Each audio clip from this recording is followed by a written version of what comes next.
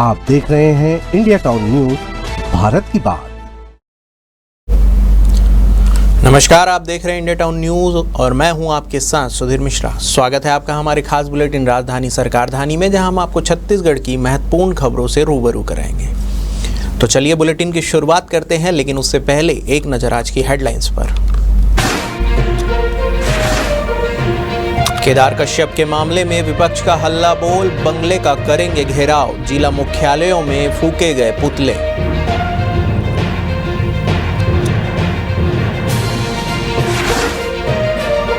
School प्रबंधन की मनमानी, बच्चों को परीक्षा देने से रखा गया वंचित, शिक्षा मंत्री के जिले में ही शिक्षा से अन्याय।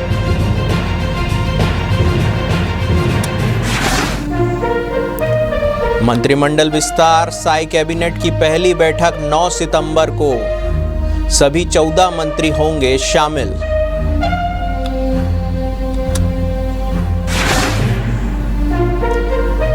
सर्किट हाउस विवाद, मंत्री केदार कश्यप का कांग्रेस पर वार, कहा मुद्दा विहीन हो चुकी है पार्टी, कर रही है भ्रामक प्रचार।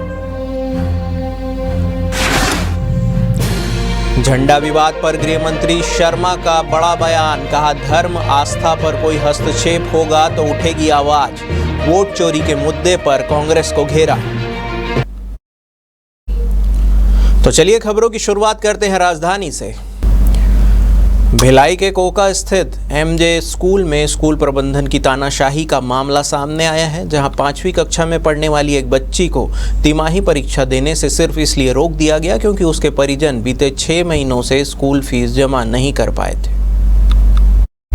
आपको बता दें कि परिजनों का कहना है कि आर्थिक तंगी के चलते वे 19,000 रुपये की पूरी फीस नहीं भर सके थे, लेकिन उन्होंने 2 दिन पहले यानी 6 सितंबर को 9,000 रुपये का भुगतान कर दिया था।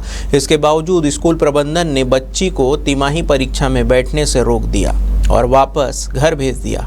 इस अमानवीय रवैये से आहत परिजनों ने अपनी व्यथा मीडिया से साझा की और स्कूल प्रबंधन पर गंभीर आरोप लगाए। जब मीडिया ने इस पूरे मामले में स्कूल को उनका पक्ष जानना चाहा तो उन्होंने कैमरे के सामने बोलने से साफ इनकार कर दिया। गौर करने वाली बात यह है कि यह घटना राज्य के शिक्षा मंत्री गजेंद्र यादव के गृह जिले से हुई है, जिससे शिक्षा व्यवस्था पर एक बड़ा सवाल खड़ा होता है। देखिए क्या है, मैं स्कूल से इस साल का जो फीस था 6th मंथ का, वो मैंने पे नहीं कर पाया था, तो हमने परसों 18,000 हमने वो फीस को पे किया और 18,000 के लिए हमने एक पेपर में लिख करके उनको दिया है कि 26 अक्टूबर को बाकी पैसा हम पे कर देंगे। 6th मंथ का जो है, अब बाकी हम नवंबर में पे करेंगे पूरा फीस जो है। तो ये स्कूल में हम बोले ठीक है, हम पे कर दिए हैं, तो ठीक है आप जाइए, उसके बाद आप बच्चे को लेकर आइएगा, एडमिट कार्ड मिल जाएगा, चौबे सर जी ने कहा था। उसके बाद भी हमने आज बच्चे को लेके गया, तो एक बच्चे को ले लिए अंदर और दूसरे बच्चे को लिए नहीं है। मैंने रीजन पूछा, बोलते इनका फीस पे नहीं है। कब पे किया था लास्ट टाइम आप लोग? परसों ही पे किया था हमने, 6 सितंबर। जी हाँ। कितना पे किया था दोनों बच्चों? 18,000। 18,000। और क्या आश्वासन मिला था आपको? कि आप जमा कर दीजिए। पहले तो हम दे नहीं पाए थे, 11-12 हजार रुपये हुआ था, तो हमने और इकट्ठा करके हमने 18,000 रुपये फीस पे किया। अभी क्या स्थिति है? आज क्या बच्चे का एग्जाम था? हाँ, एक बच्चे तो अंदर है और दूसरी बच्ची हमारी ये बाहर खड़ी है, फीस जमा नहीं है करके बोल रहे कि और इसी महीने आप फीस जमा करिए। मंत्रिमंडल विस्तार के बाद साई कैबिनेट की पहली बैठक 9 सितंबर को होगी। सभी 14 मंत्री शामिल होंगे। मुख्यमंत्री विष्णुदेव साई की अध्यक्षता में 9 सितंबर 2025 को दोपहर 3:30 पर मंत्रालय अटल नगर नवा रायपुर में राज्य मंत्रिपरिषद कैबिनेट की बैठक आयोजित होगी। मंत्रिमंडल विस्तार के बाद साई कैबिनेट की यह पहली बैठक होगी, जिसमें सभी 14 मंत्री शामिल होंगे। इससे पहले पिछली बैठक 19 अगस्त को हुई थी। इस बैठक में कई अहम मुद्दे पर चर्चा हो सकती है। कैबिनेट की बैठक हुई थी, जिसमें कई अहम निर्णय लिए गए थे। इस कैबिनेट ने तय किया है कि राज्य के अनुसूचित क्षेत्र एवं माडा पॉकेट क्षेत्र में रहने वाले अंत्योदय और प्राथमिकता श्रेणी के परिवारों को हर माह मिलने वाला 2 किलो चना अब NEML ई ऑक्शन प्लेटफॉर्म से खरीदा जाएगा। यह खरीदी न्यूनतम सर्विस चार्ज पर की जाएगी। इसके साथ ही जुलाई से नवंबर 2025 तक जिन हितग्राहियों को चना नहीं मिला है उन्हें पात्रता अनुसार दिसंबर 2025 तक इसका वितरण कर दिया जाएगा।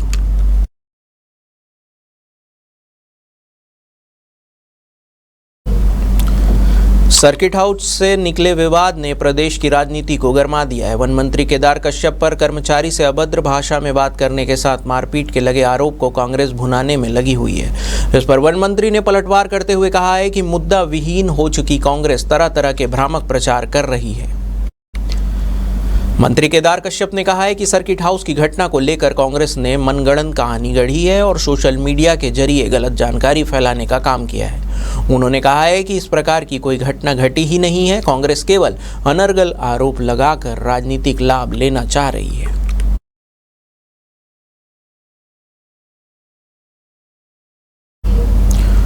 प्रदेश के उप मुख्यमंत्री एवं गृह मंत्री विजय शर्मा ने राजधानी में मीडिया से चर्चा के दौरान एक साथ कई अहम मुद्दों पर प्रतिक्रिया दी। उन्होंने दुर्ग जिले के मचांदुर गांव में आर्मी जवान के घर लगे भगवा ध्वज विवाद पर स्पष्ट रुख अपनाया है। साथ ही प्रदेश में धर्मांतरण को लेकर नई सख्त कानून की तैयारी की बात कही है। इसके अलावा कांग्रेस की ओर से बिलासपुर में होने वाली वोट चोरी जनसभा को लेकर अपनी बात रखी है।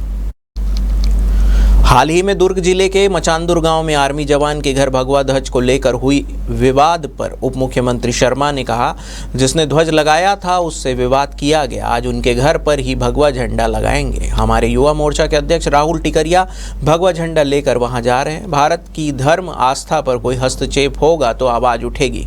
इसके अलावा बिलासपुर में कांग्रेस द्वारा वोट चोरी के मुद्दे पर होने वाली बड़ी जनसभा पर भी विजय शर्मा ने तंज कसा है। उन्होंने कहा कि जनता बहुत अच्छे से जानती है कि वोट चोरी को लेकर कोई मसला नहीं है। राहुल गांधी ने शिगुफा उठाया और कांग्रेस पीछे पीछे चल रही।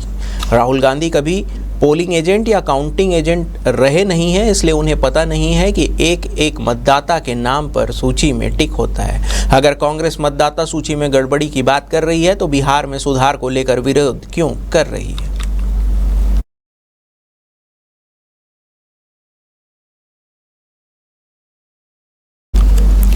वक्त है एक छोटे से ब्रेक का। बने रहिए इंडिया टाउन न्यूज के साथ। अब खबर आपकी उंगलियों पर, हर खबर पर हमारा नजरिया। इंडिया टाउन न्यूज, भारत की बात। ब्रेक के बाद आपका स्वागत है। खड़गे के बयान पर सीएम साय का पलटवार आया। कांग्रेस राष्ट्रीय अध्यक्ष मल्लिकार्जुन खड़गे के बयान पर सीएम विष्णुदेव साय ने पलटवार किया है। उन्होंने कहा है कि देश देख रहा है, प्रधानमंत्री सबका साथ, सबका विकास, सबका प्रयास और सबका विश्वास के मूल मंत्र पर 140 करोड़ लोगों की दिन रात चिंता करते हैं। सीएम साय ने कहा कि जिस तरह से दुनिया भर में भारत का सम्मान बढ़ा है, देश आर्थिक रूप से आगे बढ़ रहा है। 2014 से पहले जब उनकी कांग्रेस सरकार थी तो हमारा देश आर्थिक क्षेत्र में स्थिर पड़ गया था। उस समय में 10वें स्थान पर था, लेकिन प्रधानमंत्री मोदी प्रधानमंत्री बनने के बाद 11 वर्षों में हम चौथी सबसे बड़ी अर्थव्यवस्था बन गए हैं। देश यह सब देख रहा है।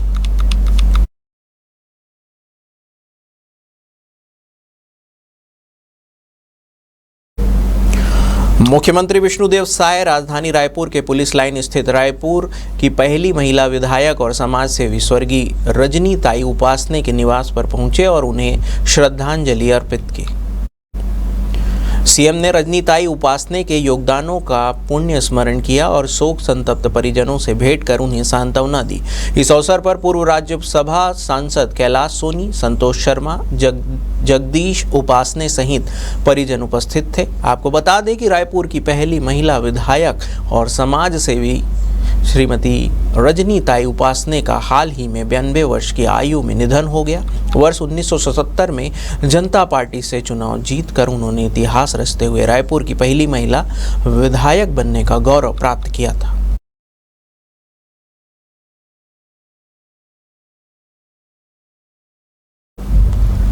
छत्तीसगढ़ के बस्तर के कई इलाकों में बाढ़ के हालात हैं। भारी बारिश की वजह से जनजीवन अस्त व्यस्त है। इस परिस्थिति में मध्य प्रदेश के बाद गोवा सरकार भी मदद का हाथ बढ़ाया है। बाढ़ प्रभावित इलाकों में पीड़ितों की मदद के लिए 5 करोड़ की राशि मुख्यमंत्री राहत कोष में जमा कराई गई है। इस पर मुख्यमंत्री विष्णुदेव साय ने गोवा के मुख्यमंत्री डॉक्टर प्रमोद सावंत का आभार जताया है।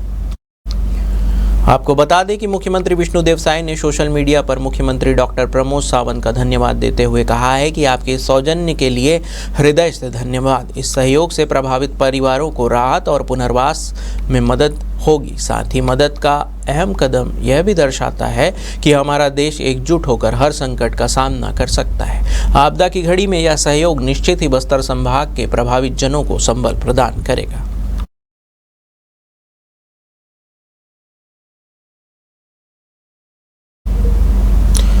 केंद्र सरकार की महत्वाकांक्षी प्रधानमंत्री सूर्य घर योजना के हितग्राहियों के लिए बड़ी खबर सामने आई है। छत्तीसगढ़ के मुख्यमंत्री विष्णुदेव साय ने इस योजना के हितग्राहियों को सब्सिडी के तौर पर राशि उनके बैंक खातों में अंतरित कर दी है। सीएम ने हितग्राहियों के खाते में 1 करोड़ 83 लाख रुपए ट्रांसफर किया गया है।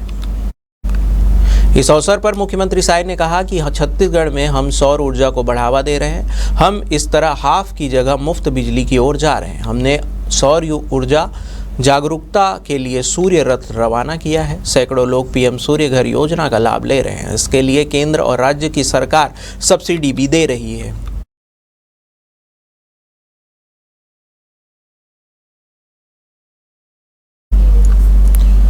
गरियाबंद जिले के सोनामुंदी स्थित शराब दुकानों में मिलावटखोरी का चौंकाने वाला मामला सामने आया है। स्थानीय मदिरा प्रेमियों द्वारा खरीदी गई शराब की बोतल में कागज के छोटे छोटे टुकड़े पाए गए हैं। इससे न सिर्फ उपभोक्ताओं की सेहत खतरे में है, बल्कि शराब की गुणवत्ता और निगरानी व्यवस्था पर भी बड़ा सवाल खड़ा हो गया है। स्थानीय लोगों का कहना है कि शराब की बोतलों में यह मिलावट जानलेवा साबित हो सकती है। बावजूद इसके आबकारी विभाग के जिम्मेदार अधिकारी अब तक सिर्फ शिकायत का इंतजार कर रहे हैं। जहां एक ओर इस घटना से लोगों में आक्रोश है, वहीं दूसरी ओर आबकारी विभाग की लापरवाही और निष्क्रियता भी सामने आ रही है। लोगों का कहना है कि विभाग की ओर से अब तक किसी भी तरह की कार्रवाई या जांच शुरू नहीं की गई है।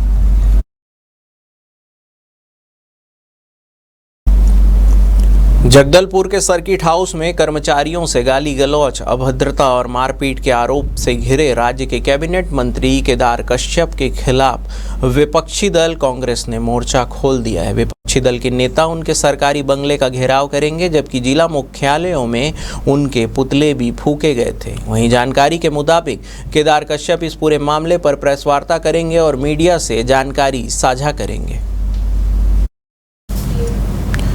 हमारे खास बुलेटिन राजधानी सरकार धानी में फिलहाल इतना ही। तमाम खबरों के लिए बने रहिए इंडिया टाउन न्यूज़ के साथ। नमस्कार।